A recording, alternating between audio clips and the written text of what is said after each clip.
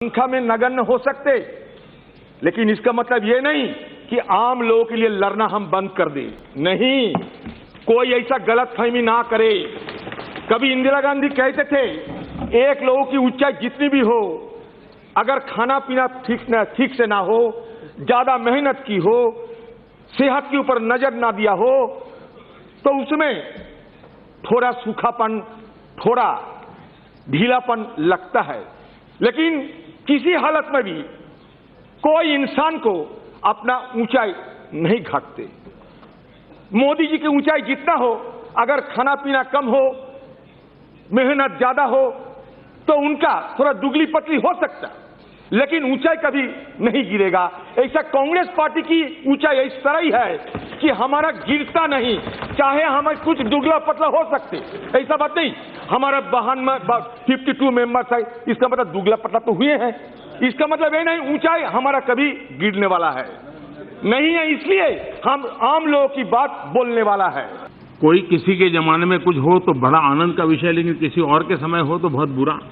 इसी सदन में जब हम अर्थव्यवस्था में 11 या 13 नंबर पर जब पहुंचे थे, तो इतना बड़ा उमंग और उत्साह के साथ बेंच थपथपाई जा रही थी और बहुत बड़े अचीवमेंट के रूप में इस चीज को प्रदर्शित किया गया।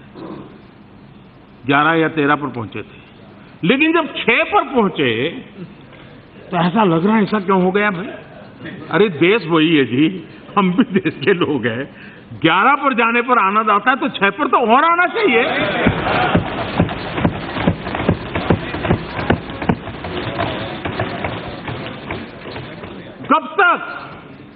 कब तक इतने ऊंचे रहेंगे कि नीचे दिखाई न दे?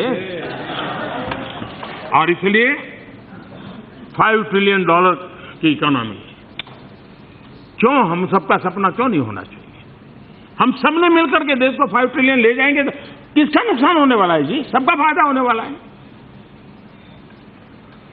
और मैं मानता हूं कि इसके लिए हम सब ने मेहनत करनी चाहिए। स्वभावतः मुझे तत्कालीन लाभ में मेरी सोच का दायरा नहीं होता है, छोटा सोचना मुझे पसंद नहीं है, और इसलिए मुझे कभी लगता है कि 125 करोड़ देशवासियों के सपनों को अगर जीना है तो फिर छोटा देश सोचने का मुझे अधिकार भी नहीं है। और इसलिए जब हौसला